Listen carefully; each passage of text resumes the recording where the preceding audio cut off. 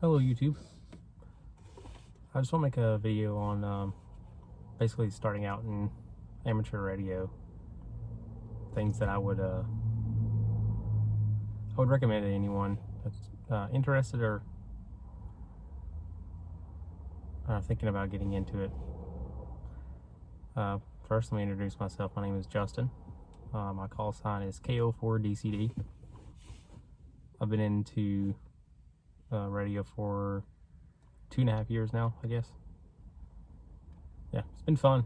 Do a lot of activities with the club and whatnot. But yeah, anyways, if I were to recommend to someone who's interested in radio, I'd recommend you as far as getting licensed. If you're unlicensed, we'll start there. To study the correct answers. There's apps and books and whatnot.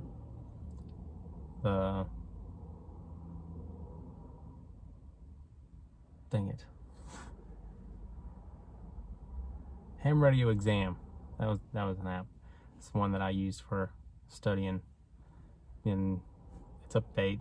You just gotta read the questions and the correct answers are highlighted. You just tap on it and it moves on to the next one. But that's the quickest way to get into it, and to be honest, it's easy that way. You don't have to learn the material right off. Just pass the test and get licensed, and then you'll learn as you start to do the hobby. Especially if you're interested in it, and if it's something that you get excited about, you're going to learn the information anyways. It's kind of like getting a license or a permit for driving. When you get your permit, it doesn't mean you know how to drive, but you have the ability to at that point. It gives you a permit to learn, if you will. And that's what I recommend anyways. If you want to study the material and learn all the information, by all means have at it. But the easiest way to get into it is just to get the answers, or read the questions and study the correct answers. At least you will learn from just doing that. I learned a lot. You learn a lot of the safety guidelines and a lot of the FCC rules, so that will help. But yeah, that's what I would do to get my license, and then join a club if there's one available close to you. Join a club for sure. There's a lot of people in the clubs that are willing to help. It's very nice to have someone who's willing to help out. We refer to them as Elmers, and it's really nice to have someone that's willing to guide you through things, because you're gonna have a lot of questions, a crap ton of questions. As a matter of fact, I still have questions, and I meet a lot of people that don't know the information that I need. I guess that's just part of it. It's a lifelong learning thing,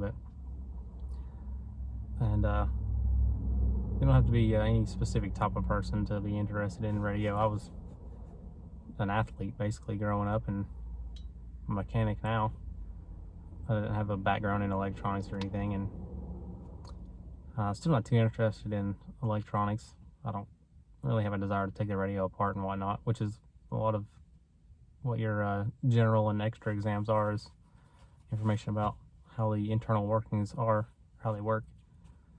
It doesn't really tickle my fancy, but I do enjoy radio. There's a lot of activities you can do as a technician, but highly recommend, if you can, to go straight to general, or get it as soon as you can, because you're going to want to get on HF. It just adds to the fun. There's a lot to do on as a technician, rather.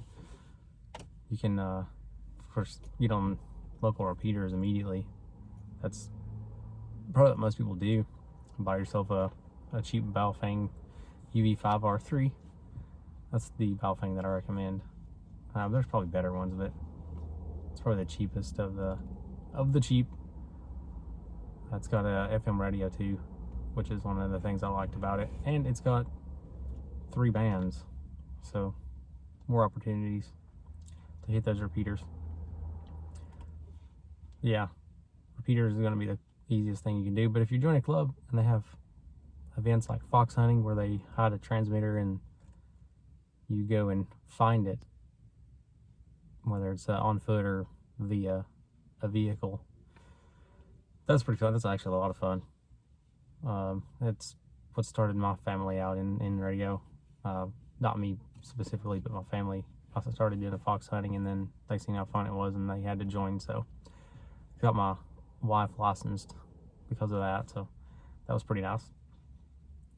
The Parks on the Air, Summits on the Air. Those are both very fun activities. Some clubs do it.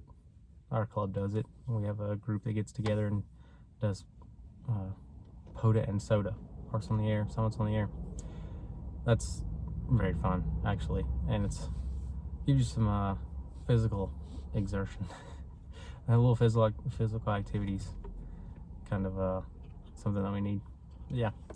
Anyways, yeah, join a club and find someone who's willing to help in Elmer, and you can get a lot of times good deals on equipment too that way, or a lot of times somebody will give you equipment.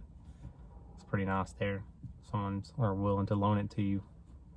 But yeah, usually through a club or local Elmers, they're more than willing to help out most of the time. Yeah, that's some of the things that I wish I had known. I didn't start out in radio on purpose. I got a Baofeng myself for the NOAA weather station and the ability to have a FM radio. That was I guess that was just the easiest way for me to get a NOAA weather station, basically, and or NOAA weather radio. And it's cheap. Back when I got it, was like $35. I don't know what they are now, but yeah, it might still be the same. And I started hearing people on there. I was just scanning through the 2-meter band. Amateur band is 144 to 148 in the United States. And yeah, I was scanning through there and I heard people chatting, and I got kind of interested in. Yeah, that's how it started for me. I found a club and they give me the test, and yeah, I've been licensed for 2.5 years now, but it's been fun. I don't have many things to complain about. Yeah, study the questions and the correct answers and get yourself a technician license, or just go straight to general if possible, and get you started out real quick. You start having fun, and at least it'll let you know if you're really into it or not.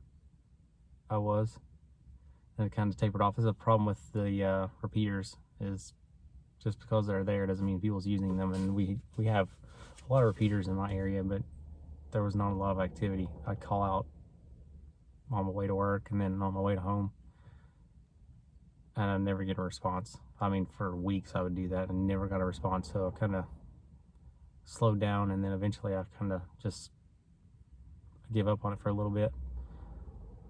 And then we had some changes in the club, and next thing you know, things started picking back up. The repeater is getting used all the time, and so that kind of sparked my interest again. And then here we are now. The repeater use has gone back down. It's being used still, but it's gone back down. But we started other activities, and I started doing those. And of course, the family got involved, so it kind of took off from there. But probably the use of HF is the main reason why I'm still in it. Being able to make those long distance contacts it's quite fun. DX, out of country contacts. DX is what we call them.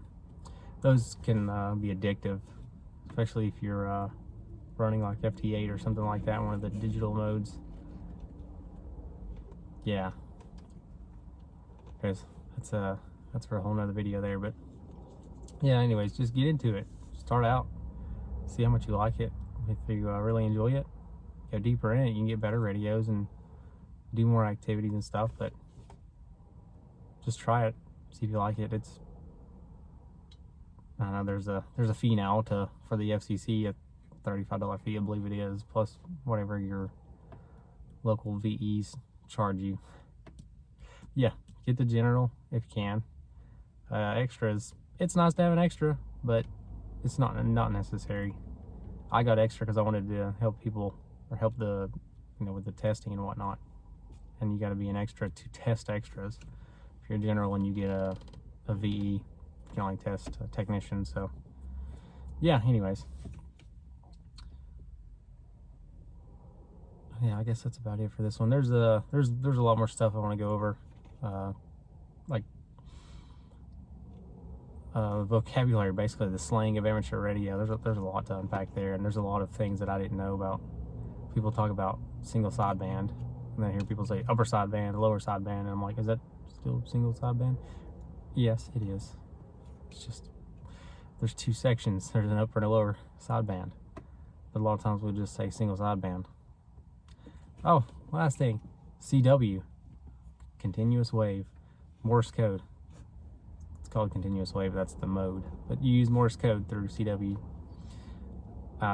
Even as a technician, if you learn Morse code, you can use some HF bands. And there's not a lot. You get like 40 meters, and I can't remember what the other band is, HF band, but probably 10 meters. But yes, if you learn Morse code, you can get on CW and actually make those DX contacts. It's very, very possible. And it is fun, very rewarding. CW is very rewarding if you learn the Morse code and start using it. Yeah, and especially if you're doing things like the Parks on the Air and Summits on the Air, you can get a lot more contacts that way because you have more than just single sideband to use. Yeah, try it out, see if you like it. It's not, there is a fee now, but it's not that expensive. And who knows, could change your life. There's also the emergency aspect of it.